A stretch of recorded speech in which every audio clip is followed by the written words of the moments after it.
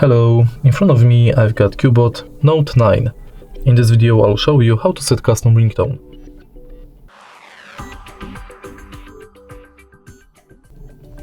In the beginning, let's go to settings.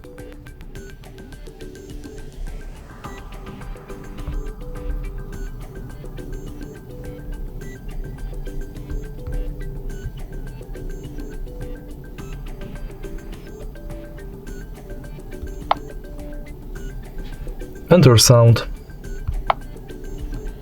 Go to phone ringtone for SIM 1 or SIM 2. Select add ringtone and select your custom sound. Now select it from the list.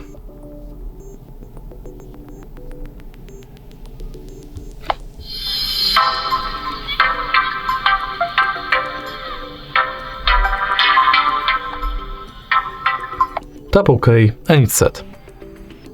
If you find this video helpful, please leave like, comment and subscribe.